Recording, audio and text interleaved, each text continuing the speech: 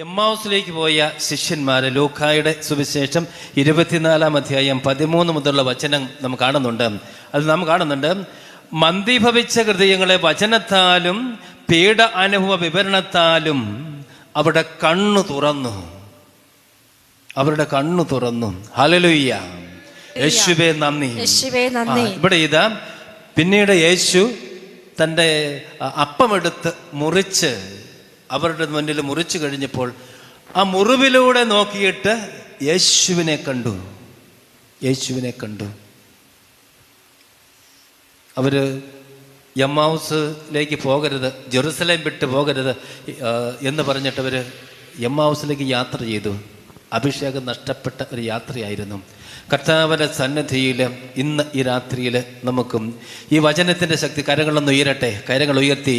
അതായത് പല രീതിയിൽ മന്ദീഭവിച്ചിട്ടുണ്ടായിരിക്കാം നിങ്ങളുടെ ഹൃദയങ്ങൾ. ദൈവസന്നിധിയിൽ ഇവിടെ ഇരിക്കുന്ന ഓരോ മക്കളുടെ ഹൃദയങ്ങളിലും ദൈവത്തിൻ്റെ പരിശുദ്ധാത്മാവുണ്ട്, ദൈവം വസിക്കുന്നുണ്ട്. ആ ഒരു ചിന്ത നിങ്ങൾക്കുണ്ടാകട്ടെ. ചുറ്റും നിൽക്കുന്ന വ്യക്തികളെല്ലാം ദൈവത്തിൻ്റെ ആത്മാവ് നിറഞ്ഞ വ്യക്തികളാണ്.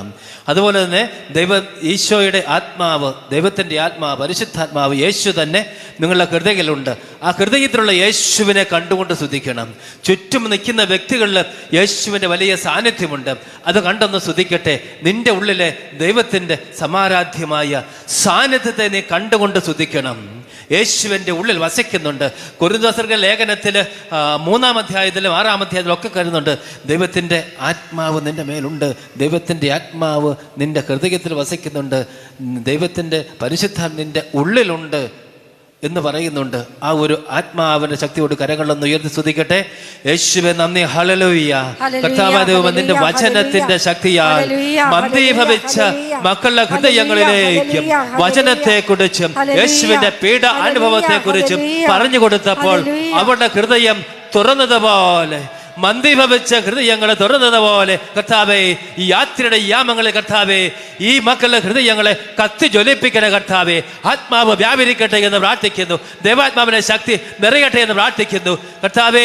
ഈ സമൂഹത്തിൽ കർത്താവ് വ്യക്തികൾ ഏതെങ്കിലും തിന്മയുടെ മേഖലയുള്ള യേശു നാമത്തിൽ, പിതാവിന്റെ പുത്ര പരിശുദ്ധാത്മാവിന്റെ നാമത്തിൽ തിന്മകളെല്ലാം വിട്ടുപോകട്ടെ. യേശു നാമത്തിൽ കൽപ്പിക്കുന്നത് വിട്ടുപോകട്ടെ. യേശു നാമത്തിൽ. യേശുവേ നന്ദി. ഹല്ലേലൂയ. യേശുവേ നന്ദി. ആരാധന. എല്ലാ ബന്ധനങ്ങളും എല്ലാ കെട്ടുകളും കർത്താവേ ഈ സമൂഹത്തിൽ നിന്നും വിട്ടുപോകട്ടെ. യേശുനാമത്തിൽ കൽപ്പിക്കുന്നത് വിട്ടുപോകട്ടെ. യേശുനാമത്തിൽ, യേശുവിന്റെ വചനത്താൽ ഹൃദയം കത്തി ജ്വലിക്കട്ടെ. യേശുവേ നന്ദി. Hallelujah, hallelujah, hallelujah, hallelujah. നന്മ നിറഞ്ഞ മറിയമേ സ്വസ്തി, കർത്താവ് അങ്ങയുടെ കൂടെ സ്ത്രീകൾ അങ്ങ് അനുഗ്രഹിക്കപ്പെട്ടവളാകുന്നു.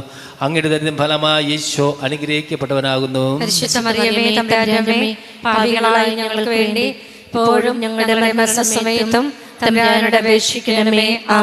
പിതാവിനും പുത്രനും പരിശുദ്ധാത്മാവിനും സ്തുതി. ഇരിക്കുക. ഇവിടുന്ന് ഇപ്പം കർത്താവ്, ഞാൻ പറയാൻ ആഗ്രഹിക്കാത്തൊരു കാര്യം കർത്താവിനോട് പറയാനായിട്ട് മനസ്സിൽ തോന്നിക്കുകയാണ്. ഒരു ജീവിത അനുഭവത്തിലൂടെ ഈ ശുശ്രൂഷ തുടങ്ങാമെന്ന് വിചാരിക്കുകയാണ്. ഒരിക്കൽ ഒരു കുടുംബത്തിൽ 9 മക്കളുണ്ട്. 9 മക്കളിൽ 7-ാമത്തെയും 8-ാമത്തെയും മക്കൾ ഇരട്ടകളായിട്ടാണ് പിറന്നത്. കേൾക്കാലോ അല്ലേ? ഇരട്ടകളായിട്ട് പിറന്നു. നമുക്കറിയാം, സാധാരണഗതിയിൽ ഇരട്ട കുഞ്ഞുങ്ങൾ ഉണ്ടായിക്കഴിഞ്ഞാൽ തീരെ ചെറുതായിരിക്കും, ആരോഗ്യം കുറവായിരിക്കും. അതുപോലെ തന്നെ ഈ കുഞ്ഞുങ്ങൾ ഒരു പെൺകുഞ്ഞും ഒരു ആൺകുഞ്ഞുമായിട്ടാണ് പിറന്നു വീണത്. അങ്ങനെ ഇത് പിറന്ന് വീഴുന്നത് ഇവിടെ നിങ്ങൾക്കറിയത്തില്ലായിരിക്കും, ഇവിടെ ഇടുക്കി സൈഡിലുള്ള ഇലവീഴ പൂഞ്ചിറ എന്ന് കേട്ടിട്ടുണ്ടായിരിക്കും. ടൂറിസ്റ്റ് സെൻ്ററാണ്, അതുകൊണ്ട് ഇലവീഴ പൂഞ്ചിറ എന്ന് കേട്ടിട്ടുണ്ടായിരിക്കും. അതിന് താഴെയുള്ള ഒരു മലയിടുക്കിൽ ഉണ്ടായിരുന്ന ഒരു കുടുംബത്തിൽ ഈ 7-ാമത്തെയും 8-ാമത്തെയും ഈ കുഞ്ഞുങ്ങൾ പിറന്നു വീഴുന്നത്. അപ്പം അങ്ങനെ പിറന്നു വീണ് കഴിഞ്ഞ് ഏതാണ്ട് 8 ദിവസമായി കഴിഞ്ഞപ്പോൾ ഈ ആൺകുഞ്ഞിൻ്റെ വയറിച്ചിരി വീർത്ത് വരുന്ന കണ്ടു. 8 ദിവസമായി ഒന്നും ചെയ്യാൻ പറ്റില്ല. അപ്പോൾ ഉള്ളത് തൊടുപുഴയ്ക്ക് പോകുന്ന വഴിക്ക് മുട്ടം, അവിടെ ഒരു ഹോസ്പിറ്റലുണ്ട്. ആ ഹോസ്പിറ്റലിലേക്ക് നമുക്കറിയാം 8 ദിവസമായ കുഞ്ഞിനെ അപ്പൻ ആ കുഞ്ഞിനെ എടുത്തു. അന്ന് കുറേ കാലങ്ങൾക്ക് മുമ്പാണ് ആ കുഞ്ഞിനെ എടുത്തുകൊണ്ട് പോയി. അപ്പോൾ മൂത്ത ജ്യേഷ്ഠൻ കൂടെ ടോർച്ചുമായിട്ട് ഒരു മലയിറങ്ങി താഴേക്ക് വരണം. ഈ മലയിറങ്ങി താഴേക്ക് വരുന്ന അവസരത്തിൽ ഏതാണ്ട് 8-9 കിലോമീറ്ററോളം നടന്നു വരണം, മലയിറങ്ങി താഴേക്ക് ഈ ഹോസ്പിറ്റലിലേക്ക്. ഒരു ഗവൺമെൻറ് ഹോസ്പിറ്റലിലേക്ക് വരാനായിട്ട്. അങ്ങനെ ഹോസ്പിറ്റലിൽ വന്നപ്പോൾ അന്ന് കൊടുക്കാറുള്ള എന്തോ ചെറിയൊരു ചുമന്ന കളറുള്ളൊരു മരുന്ന് കൊടുത്തു, എന്തോ ഗുളിക കൊടുത്തു.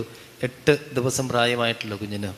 അപ്പം അങ്ങനെ ആ കുഞ്ഞിനെയും എടുത്തുകൊണ്ട് അപ്പൻ പോയപ്പോൾ അടുത്തുള്ള ദേവാലയമുണ്ട്. ദേവാലയത്തിൻ്റെ അടുത്തെടുപ്പോഴാണ് അത് ശങ്കരപ്പള്ളി എന്ന് പറഞ്ഞ പള്ളി, ഇപ്പോൾ ശിബിഗിരി എന്നറിയപ്പെടുന്ന പള്ളിയാണ്. ആ പള്ളിയിൽ കൊണ്ടുപോയിട്ട് പള്ളിയുടെ റോട്ടിൽ നിന്ന് ഏതാണ്ട് 18, 19, 21 നടകളുണ്ട്. ആ നടകളൊക്കെ കയറി മടുത്ത് ഈ കുഞ്ഞിനെ പരിശുദ്ധ അമ്മയുടെ അടുത്ത് കൊണ്ട് വെച്ചു. പരിശുദ്ധ അമ്മയുടെ അടുത്ത് വെച്ചിട്ട് ഇങ്ങനെ പ്രാർത്ഥിച്ചു: എൻ്റെ അമ്മേ, മാതാവേ, ഈ കുഞ്ഞിന് ജീവൻ തിരിച്ചു കിട്ടുമെന്ന് അറിയത്തില്ല, എനിക്കിത്രയൊക്കെ ചെയ്യാൻ പറ്റുകയുള്ളൂ എന്ന് പറഞ്ഞുകൊണ്ട് കുഞ്ഞിനെ അമ്മയ്ക്ക് സമർപ്പിച്ചിട്ട് അപ്പച്ചൻ കുഞ്ഞിനെയും എടുത്തുകൊണ്ട് വീട്ടിലേക്ക് പോയി. സ്നേഹമുള്ളവരെ, അത് വേറെ ആരുടെയും കഥ തന്നെയല്ല, എൻ്റെ തന്നെ കഥയാണ്. ഇവിടെ നിങ്ങളുടെ സന്നിധിയിൽ ഇപ്പോൾ ആയിരിക്കുന്നത് ദൈവത്തിൻ്റെ വലിയ കൃപ കൊണ്ടാണ്. ഞാൻ അറിയുന്നത് എൻ്റെ സന്യാസ സമർപ്പണത്തിൻ്റെ ആദ്യ ദിവസം നോവിഷേറ്റ് കഴിഞ്ഞ് സന്യാസ സമർപ്പണം നടത്തുന്ന ആ നാളുകളിലാണ് അറിയുന്നത്. സന്യാസ സമർപ്പണത്തിനായിട്ട് ഞാൻ നന്നായിട്ട് ഒരുങ്ങി ആലുവയിലുള്ള സെമിനാരിയിൽ സന്യാസ സമർപ്പണത്തിനായിട്ട് പരിശുദ്ധാത്മാവിനെ സ്വീകരിക്കാനായിട്ട് കമഴ്ന്ന് കിടന്ന് പ്രാർത്ഥിക്കുന്ന ഒരു രംഗമുണ്ട്. അതായത് പൂർണ്ണമായിട്ട് വ്രതം ചെയ്യുന്നതിന് മുമ്പായിട്ട് കമഴ്ന്ന് കിടന്ന് പ്രാർത്ഥിക്കുന്നൊരു അനുഭവമുണ്ട്. അങ്ങനെ ഞാൻ പരിശുദ്ധാത്മാവിനെ സ്വീകരിക്കാനായിട്ട് നന്നായി ഒരുങ്ങി കമഴ്ന്ന് കിടന്ന് പരിശുദ്ധാത്മാവിൻ്റെ ഗാനം ആലപിച്ചപ്പോൾ കമഴ്ന്ന് കിടന്ന് പ്രാർത്ഥിക്കുകയാണ്. കമഴ്ന്ന് കിടന്നിങ്ങനെ പ്രാർത്ഥിച്ച് കഴിഞ്ഞപ്പോൾ ഞാൻ എല്ലാവർക്കും വേണ്ടി പ്രാർത്ഥിച്ചു. അങ്ങനെ ഞാൻ എഴുന്നേറ്റ് വരുമ്പോൾ ആനാമളം തളിച്ചപ്പോൾ പാട്ട് തീർന്നപ്പോൾ ഞാൻ എഴുന്നേറ്റ് വന്നപ്പോഴും ഇതാ എൻ്റെ കണ്ണിൽ കൂടെ കണ്ണുനീരിങ്ങനെ ഒഴുകിക്കൊണ്ടിരിക്കുക. അപ്പം ഞാൻ ചിന്തിച്ചു, ആണുങ്ങളല്ലേ, അധികം കരയാൻ പാടില്ലോ. അതുകൊണ്ട് ഞാൻ തിരിഞ്ഞ് പുറകോട്ട് നോക്കിയപ്പോൾ എൻ്റെ അപ്പച്ചൻ അതിലും കണ്ണുനീര് വാർത്ത് ഇങ്ങനെ കൈരങ്ങൾ സ്വർഗത്തിലേക്ക് ഉയർത്തിപ്പിടിച്ച് കരഞ്ഞുകൊണ്ട് നിൽക്കുക. ഇത് കഴിഞ്ഞപ്പോൾ ഞാൻ ചോദിച്ചു, എന്താ അപ്പച്ച കഴിഞ്ഞെന്ന് ചോദിച്ചു. എന്നേരാണ് അപ്പച്ചൻ ഈ ചരിത്രമെല്ലാം പറയുന്നത്. അന്ന് നീ മരിച്ചു പോയേക്കുമായിരുന്നു, ഇന്നിതാ പൗരോഹിത്യത്തിൻ്റെ ആദ്യ പടിയിലേക്ക് സന്യാസ സമർപ്പണത്തിന് വേണ്ടി സമർപ്പിക്കാൻ എനിക്ക് സാധിക്കുകയാണ്. എനിക്ക് വാക്കുകളൊന്നുമില്ല. ദൈവസന്നിധിയിൽ ദൈവം നൽകിയ അനുഗ്രഹത്തെ ഓർത്തുകൊണ്ട് ദൈവസന്നിധിയിൽ എനിക്ക് വാക്കുകളൊന്നും പറയാനില്ല, എനിക്ക് അറിഞ്ഞുകൂടാ.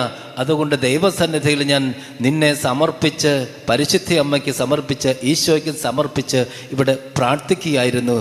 എനിക്ക് ഒന്നും പറയുവാനില്ല. ദൈവസന്നിധിയിൽ ദൈവം നൽകിയ അനുഗ്രഹത്തെ ഓർത്ത്, ദാനത്തെ ഓർത്ത് ഞാൻ നന്ദി നിറഞ്ഞ ഹൃദയത്തോടെ ദൈവസന്നിധിയിൽ പ്രാർത്ഥിച്ചപ്പോൾ അറിയാതെ കരഞ്ഞു പോയതാണ്. അതുതന്നെയല്ലേ മക്കളെ എനിക്കും അവിടെ കരയാൻ ഇടവന്നത്. ദൈവത്തിൻ്റെ പരിശുദ്ധാത്മാവ് എടുത്തന്നെ ഉപയോഗിക്കുക ചെയ്തത്.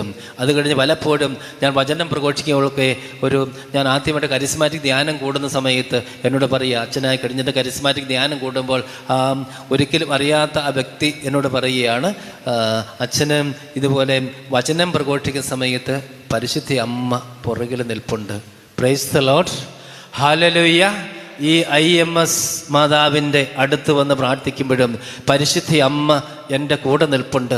ഒരിക്കലും ഒരു വചന പ്രഘോഷകനാകുവാനുള്ള കഴിവുകളോ കാര്യങ്ങളോ ഒന്നും ഇല്ലാതിരുന്ന് എനിക്ക് ദൈവസന്നിധിയിൽ പരിശുദ്ധ അമ്മയെടുത്ത് തന്നെ ഉപയോഗിക്കുന്നതാണ്. ഹല്ലേലൂയ.